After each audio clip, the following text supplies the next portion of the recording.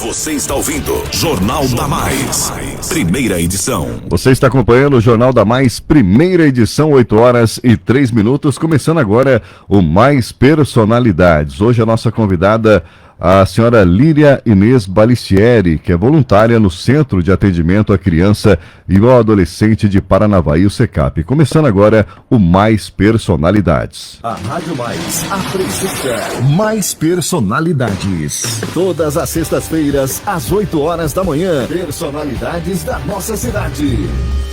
História de vida e de sucesso. Conheça as personalidades de Paranavaí e toda a região noroeste do Paraná. Aqui na Rádio Mais. Jornal da Mais, primeira edição. Mais personalidades.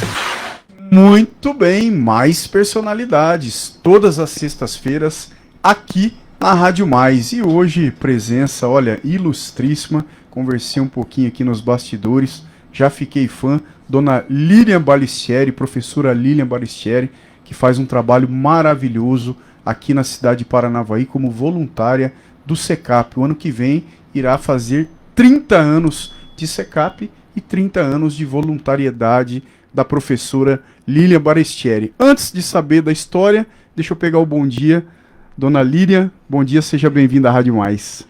Bom dia, doutor Ademir, bom dia, Anderson, bom dia, Fabiana. Bom dia. Eu agradeço a oportunidade de estar aqui falando sobre o trabalho voluntário, visto que no mês de agosto foi o mês dedicado ao voluntário, né? E foi um trabalho bastante grande realizado dentro da cidade para que a gente atraia mais voluntários para as instituições. Muito bem, olha, passou rapidamente pelo crivo da Rádio Mais, nessa lista seleta. As pessoas já estão mandando mensagem aqui. O delegado Kaique mandou, olha, um abraço para a professora Lília, né? Tenho o maior respeito, sou fã da professora Lília Balistieri, também o meu amigo Rogério, da Autoescola Alto Paraná. Mas conta um pouquinho da sua história. A senhora é nascido em Alto Guarani, Açu, em Santa Catarina? Sim, porque meus avós são imigrantes italianos. E quando eles chegaram da Itália, o lugar que foi designado a eles foi esse. São as montanhas lá de Santa Catarina, é um distrito de Blumenau. E lá, esse navio que chegou lá pelo ano de 1860, por aí, eles foram designados a morar nesses lugares, né? Hoje é um lugar maravilhoso, disputado, sabe? Assim, as propriedades são muito valorizadas pela beleza da natureza do lugar, mas naquela época era um tanto difícil, né? Então, meus avós foram morar lá e meus pais também, e lá eu nasci. Olha, que bacana, hein? E quando é que a senhora veio para o Paraná? Daí ficou lá muito tempo? Veio direto para Paranavaí ou não? Eu nasci no ano de 1942, portanto, esse ano eu faço 80 anos. Olha, que bênção, hein? E daí nós mudamos para Alto Paraná em 1958. Ah, para Alto Paraná. Para Alto Paraná, porque meus irmãos já tinham vindo e eles estavam trabalhando com serrarias já em Alto Paraná. E meu pai já tinha uma certa idade, eu tinha um irmão paralítico, né? E que já exigia uns cuidados maiores. E como eu já tinha vários irmãos para cá... Quantos irmãos? Nós somos em 12. 12 irmãos, olha. 12 irmãos, né? Esparramados por esse mundo afora. Hoje, vivos, nós somos só em 3, porque eu sou a caçula já com 80 A senhora é caçula? Eu sou a caçula com 80. Com 80 anos. Eu tenho um irmão que mora em Campo Grande. Eu moro aqui no Paraná e a minha irmã, que fez 90 anos, que a gente foi à festa dela por esses dias, mora em Penha, Santa Catarina. Olha, que bacana, hein, Anderson Silva? Olha só, hein? Família de 12 irmãos, né? Morou em Alto Paraná. E depois, e a vinda para Paranavaí? Vocês tinham serralheria, né? Serraria. Serraria. Então, tinha serraria em Alto Paraná, daí foi montada a serraria em Paranavaí. Em Paranavaí. A serraria São José. Ali no Santos Dumont, e que até a nossa casa era uma casa que marcou muito ali, porque ali na esquina do semáforo, que vai para Unipar, aquela casa de madeira atravessada, né? Sei. Porque é atravessada por fora, mas em pé por dentro, ela é dupla face, aquela casa. Então foi aonde que a gente veio morar. Quem morou ali primeiro foi meu irmão José, que ele era que cuidava da Serraria São José, né? E depois ele foi para Santa Isabel, e depois foram para o Mato Grosso, e depois foram para Rondônia, foram para o Paraguai, né, com serraria, mas o meu pai ficou morando ali. E depois, mais tarde, a gente mudou aqui onde que hoje é o Paroquial Júnior. Onde é o Paroquial Júnior. Isso. Olha que bacana. E a senhora é professora de formação, professora de matemática, né? Quantos anos entrou no magistério e deu aula em Paranaguá? Quando nós mudamos para Alto Paraná, que a gente veio de Santa Catarina, em Alto Paraná não tinha escola para meninas, né? Se tinha só, se fosse fazer só para meninos, o ginásio, né? Era só para meninos. Aí eu fiquei alguns anos sem estudar, né? Então, fui fazendo outras coisas, aquilo que fazia corte e costura, essas coisas ali, né? Uhum. E quando nós mudamos para Paranavaí, daí eu voltei a estudar. Então, eu tinha que compensar os 6, 7 anos que eu tinha perdido. Aí eu fui fazer aquele antigo Madureira, sabe? Que a gente fazia as provas da Universidade de Maringá. Era uma loucura. E eu me destaquei em matemática, né? E estudei muito sozinha, né? Praticamente, aprendi as coisas sozinha. E daí eu fiz o magistério, depois eu fiz o curso de ciências aqui na FAFIPA, depois complementei com matemática. E daí comecei a lecionar no Colégio Nossa Senhora do Carmo, que foi o primeiro que me abriu as portas e me deu essa oportunidade. Sim. Professora de matemática. De matemática. Olha. E depois eu fiz o concurso no Estado, né? Daí aí eu me efetivei como professora no Estado e também depois eu também fui lecionar na faculdade. Na universidade também. Também. Olha, também. que bacana, hein? Veio de Santa Catarina. Que história, Anderson? Mas ali já começou também meu trabalho voluntário. Como professora, ali que começou tudo. Tudo, já. Por que não? Primeiro tem que lembrar que meu pai, né, filho de imigrantes italianos, morando lá naquele morro, ele só teve oportunidade de estudar durante 1 ano e 2 meses. Mas a família do meu avô teve 7 religiosos, 4 freiras e 3 padres. E eles vinham de São Paulo e contavam as novidades da cidade grande. E lá nessas montanhas morriam muitos homens jovens picados de cobra. E ficavam viúvas com 5, 7, 8 filhos. Mas elas viviam do trabalho braçal. Agora, como que uma mulher, né, com 7, 8 crianças pequenas, tinha condições de derrubar mato, fazer os plantios para sustentar a família? E isso inquietava muito meu pai. Aí um dos meus tios contou que lá no Instituto Butantan, em São Paulo, eles davam um curso para as pessoas para aprender como manusear o soro antiofídico, e daí você enviava as cobras e eles enviavam o soro. Meu pai não teve dúvida, minha mãe estava grávida do 8º filho, né? Ele foi para São Paulo, ficou 40 dias no Instituto Butantan. Olha. Foi de trem. Lá ele fez a formação e ele socorria toda a comunidade, né? Então isso já veio. Mas a minha avó, que é a mãe do meu pai, também cuidava muito da comunidade, né? Onde ela vivia. As pessoas, às vezes assim, porque naquela época não se tinha dinheiro. Se trabalhava muito, mas não se tinha dinheiro. Trabalhava muito, ganhava pouco. Muitas coisas eram assim, tinha um pouco valor o que era produzido. Sim. Mas eles, como italianos, precisavam se reunir em grupos. Então, casavam uma pessoa, ou nascia, né? Assim, então, umas bodas de ouro, alguma coisa. Ela liderava e reunia a comunidade, fazia uma festinha para essas pessoas.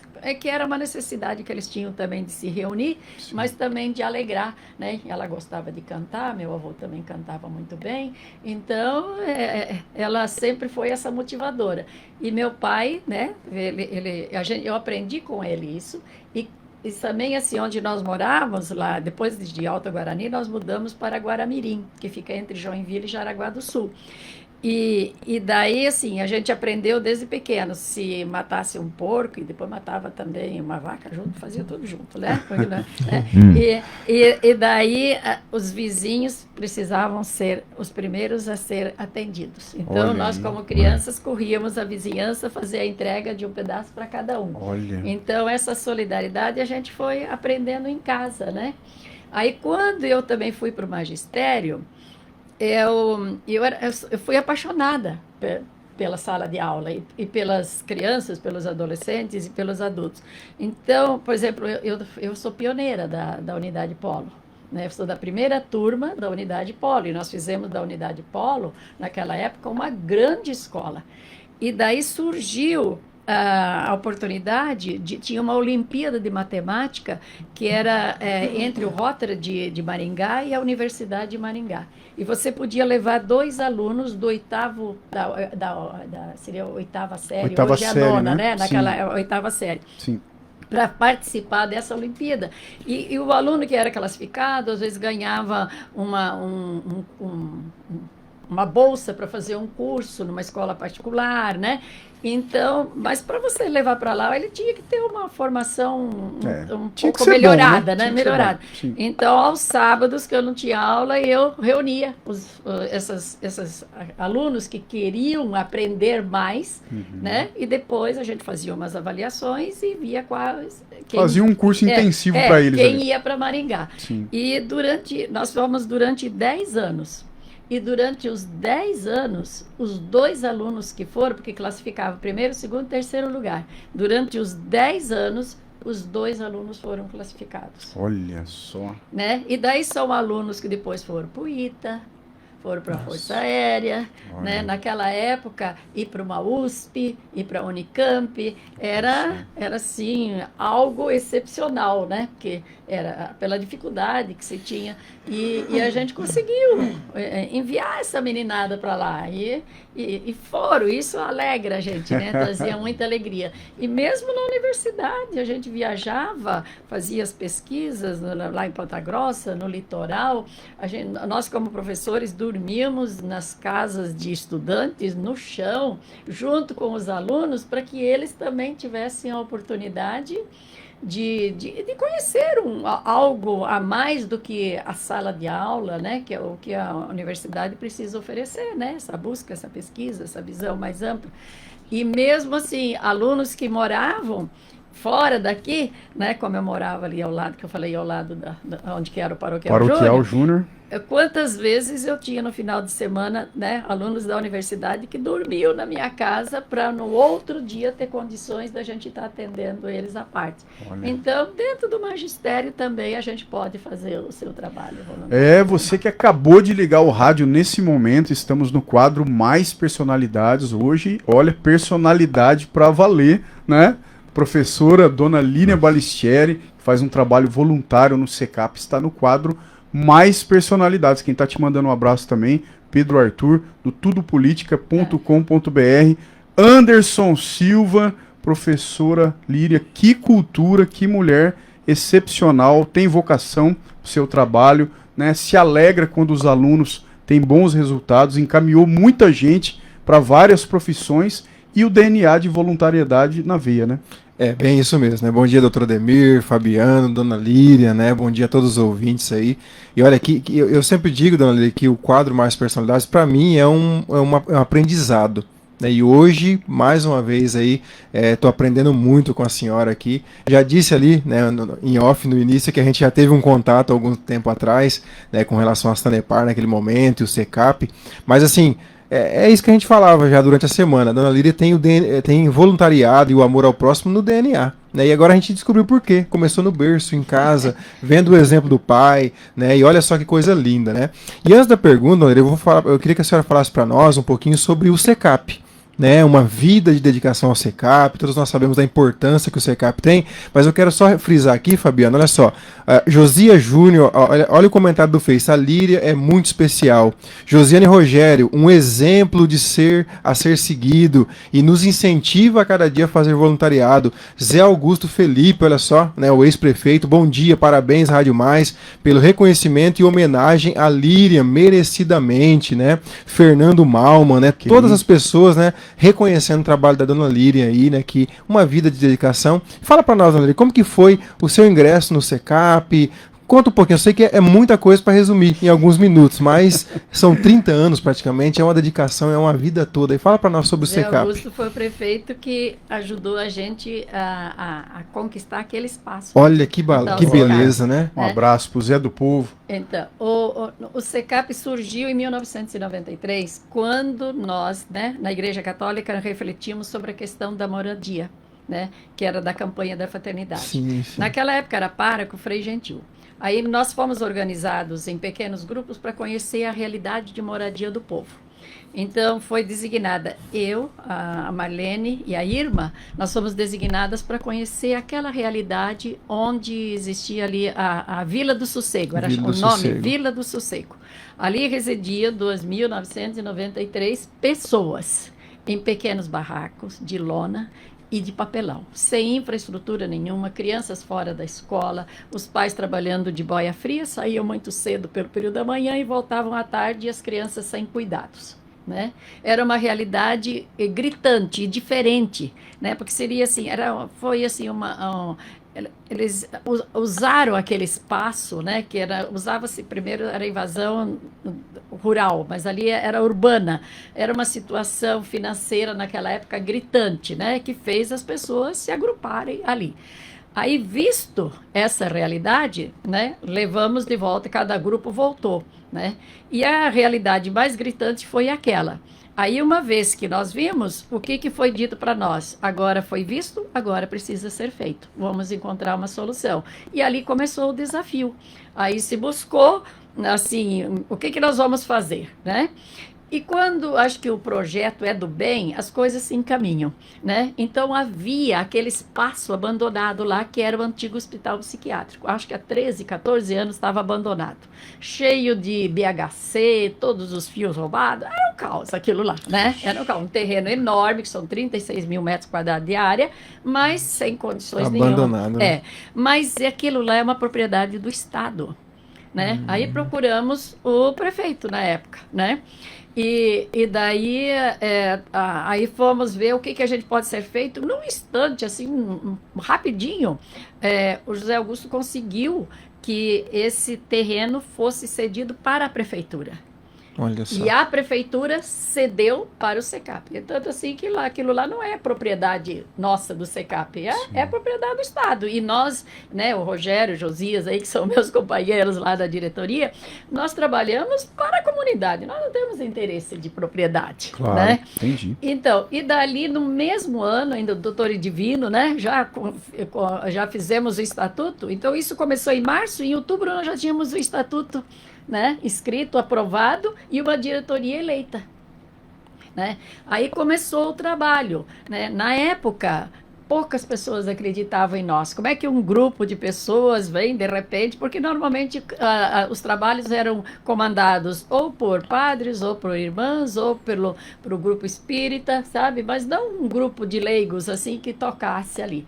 Foi um desafio enorme, né? Porque nessa época também eu acabei de me aposentar pela universidade e fui conhecer o trabalho e fiquei até hoje, né? Mas na realidade eu não sabia fazer nada lá dentro, porque é muito diferente você ter o trabalho de educadora numa sala de aula onde você tem o comando e todos fazem tem todo o controle, e de repente você ir por um trabalho diferente. Veja que eu falei que eu sou filha de imigrantes, que é um povo que trabalha pensando só no amanhã. E eu tinha que trabalhar com um povo que pensava só no hoje. Só no hoje. Olha só, que desafio, hein? Eu tinha que fazer uma inversão, né? Assim, da forma de pensar, de agir. Então, a princípio, eu tive muita dificuldade, até de adaptação. De adaptação e conhecer. Até que uma pessoa um dia disse para mim assim: olha, se você quer tocar isso daqui de uma maneira melhor, mude primeiro você. Não queira mudar os outros. Olha. E daí eu fui fazer algumas especializações a respeito disso. Nessa época surgia, vinha o Estatuto da Criança e Adolescente, a criação dos conselhos do direito da criança, da assistência social. E eu fui fazendo parte disso para aprender, porque você, para ser voluntário, você precisa ter conhecimento da causa. Sim, é verdade. Muito bem, hein? né? Porque se você não conhecer Não basta a se causa, apresentar, né? Não basta. Se você quer ser um voluntário e quer que essa instituição cresça, você precisa conhecer a causa pela qual você luta, né? E daí você precisa estudar, porque com a criação, né, do Estatuto dos Conselhos e as leis que foram criadas em benefício dos usuários, você precisa conhecer, e era completamente fora da minha realidade, né?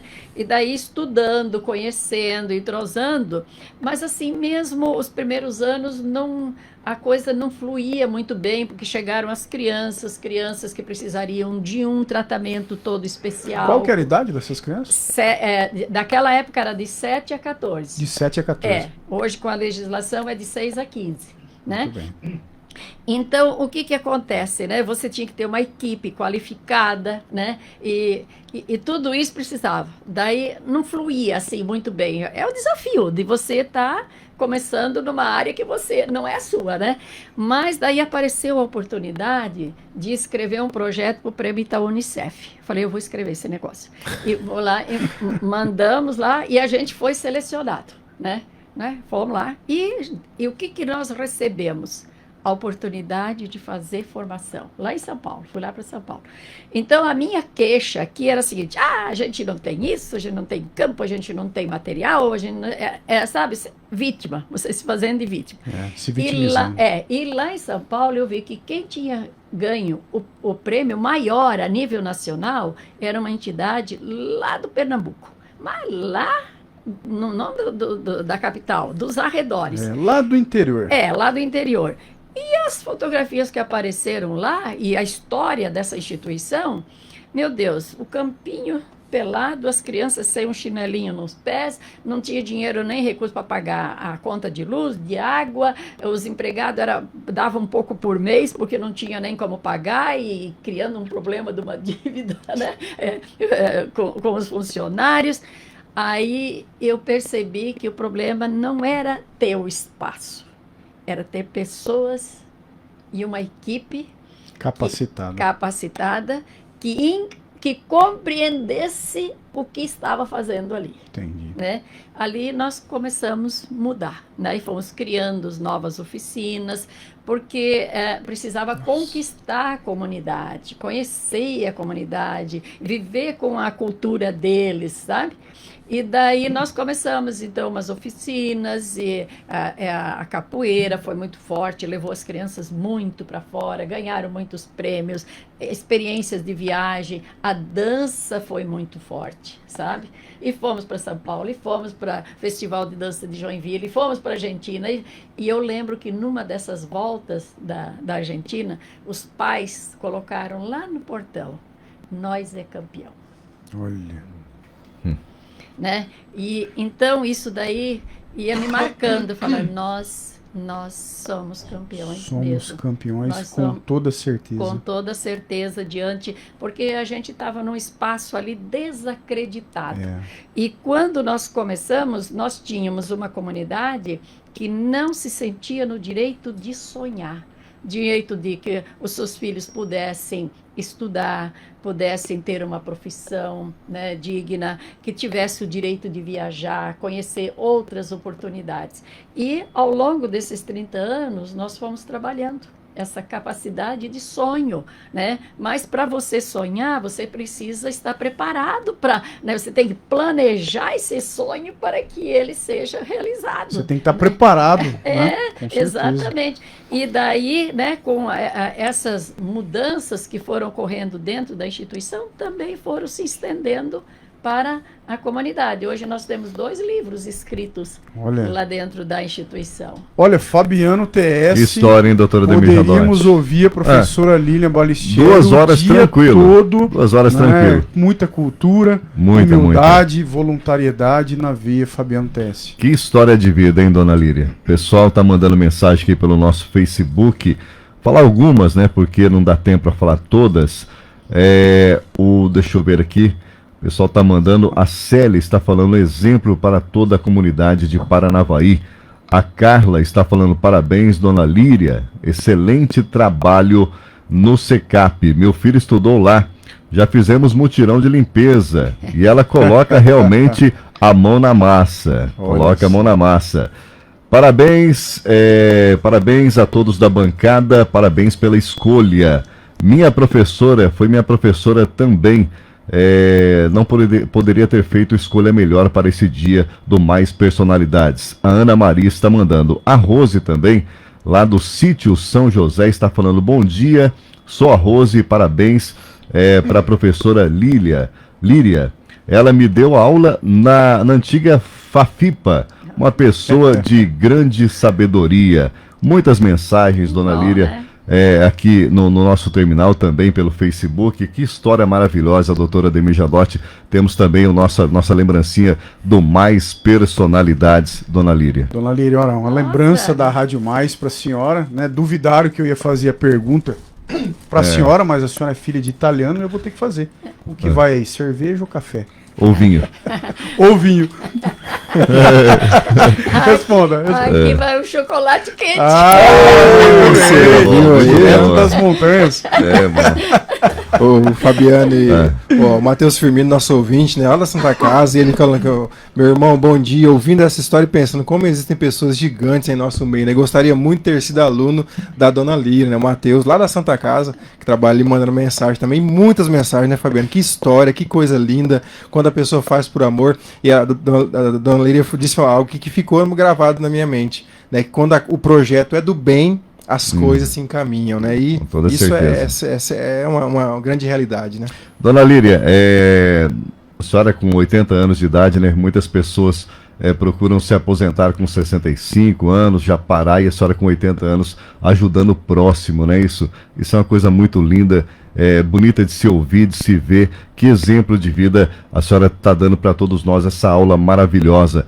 Queria que a senhora deixasse as suas considerações finais nesse finalzinho de programa do Mais Personalidades. Pois é, né? Eu aprendi, né? Aprendi com a minha família, com meus pais, né? Que nós precisamos construir uma história. E que se essa história não for escrita, mas pelo menos ela seja digna de ser contada. Olha. Né?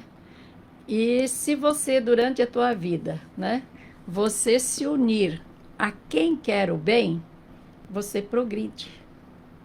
E eu tive a oportunidade na minha vida de estar com muitas pessoas que me ajudaram a crescer, né? Tanto os meus pais, meus professores, sabe? Pessoas, alunos, aprendi muito com os alunos, muito. Eles são uma experiência na vida da gente. Com certeza. Né? Mas aonde foi assim a minha grande lição de vida é o SECAP. Porque ali você tem que se despir do seu ego para vestir, né, a necessidade do outro. Olha só. Né? Porque lá você não sabe, você tem que descer ao chão, se preciso for lavar o chão. Hoje já não tem, não precisa mais isso porque tem equipes para isso. Mas Sim. no início Já foi fez assim. muito. Foi muito. Quantas vezes, né? Para você e uma coisa é você se abrir para escutar a comunidade, sabe? Ouvir como ela pensa, o que ela quer.